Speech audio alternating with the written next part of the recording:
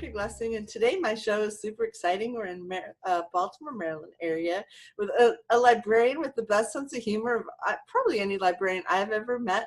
His name is Dominique Brightmon, and he actually is also a brilliant public speaker. So how did I get so lucky? Nice to meet you, Dominique.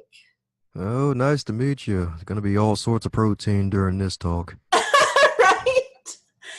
Why don't you just talk about that, like third place at a state level speech competition in grade school? Like, what was up with that? How did you get that courage? And what can you say to maybe listeners who might be scared to get up on that stage or scared to speak out loud?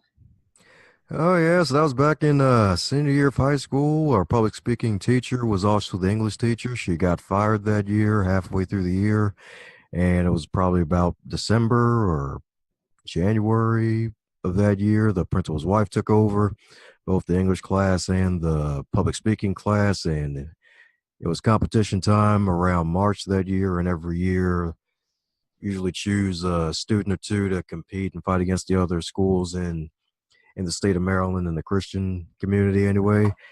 And funny enough, I chose to actually do the declamation categories, basically where you choose a speech that's already been given and written, and then you take it and you memorize it. But in a way, add your own flair to it. And I chose John F. Kennedy's inaugural speech, "The Torch Is Passed," and they actually liked it. And I competed after being selected out of everybody else in the class, and actually went ahead and competed and ended up getting third place. Funny enough, it was crazy. It was just an experience because and the funny thing about it was I was actually failing that speech class Oh my because God, really? yeah, because when the principal's wife took over, she had no lesson plan or whatever. She just had whatever's left over from the teacher the year before, not the one they kicked out Well, the well, proverbial I failed a education couple. bucket. I didn't fail, but I didn't do that great in English, and I've been paid to write for a couple decades, Isn't it funny how that works though? right? I know. I think some of my English teachers were just kind of like threatened by me or something. I never quite figured it out because as soon as I started getting paid to write, everybody loved my writing. Who knows? Oh, don't worry, the universe knows. That's who knows. So then you got all up in Toastmasters. Why don't you just share for those people? Because I think Toastmasters is a pretty good opportunity in local communities for people to get started. Why don't you share a little bit what that is? And pretty amazing being a director in your early 20s. Oh, yeah, that's right. After the drinking years, that's right. Let me stop. It's 5 o'clock somewhere. That's right.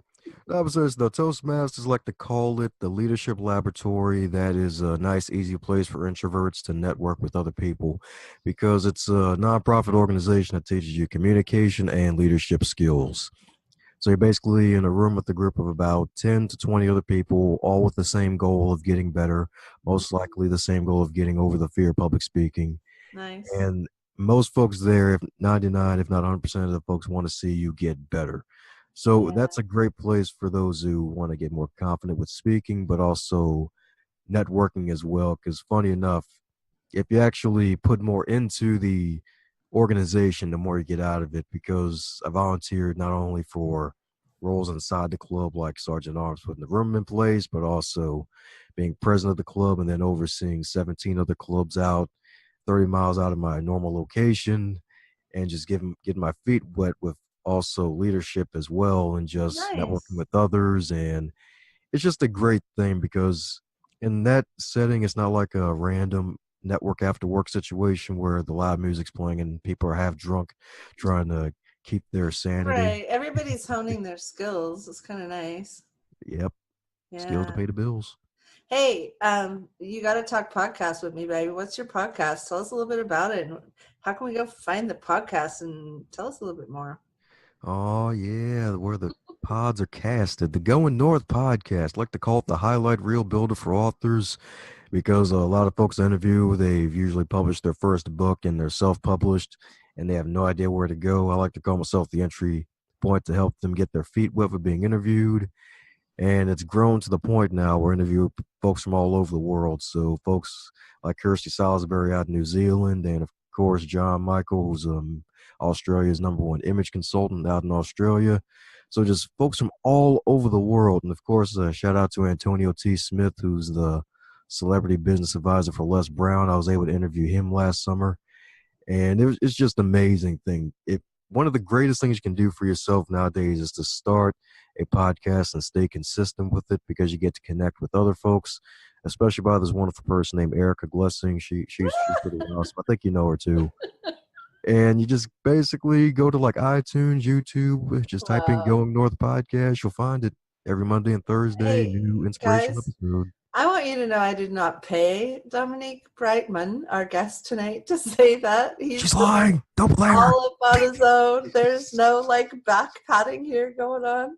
And I want to tell you guys just straight out the gate, one of the things that Dominique did that was just amazing is someone connected us, and then he just started connecting me to other possible guests for my show. And it's just that spirit of generosity that I believe really is what makes an entrepreneur's business like shine. Like just that spirit of doing it just because, not because you have to or because you're right. It's just a sense of like, I'm doing the right thing. That's what I felt for me right from the, straight up. Oh, That yeah. wasn't really a question. Straight up north.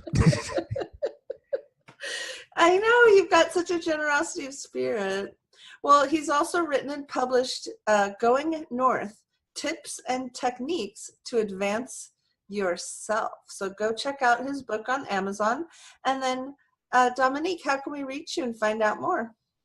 Yeah, feel free to reach out with both hands for a social media hug on Instagram, Facebook, YouTube. Feel free to slide into the DMs for some inspiration at Dom Brightmon. That's all the social medias. Go to dombrightmon.com as well, too. And that's Brightmon for everybody. Oh, yeah. Oh, yeah. Well, thank you for coming, Dom. Woohoo! Thanks for having me.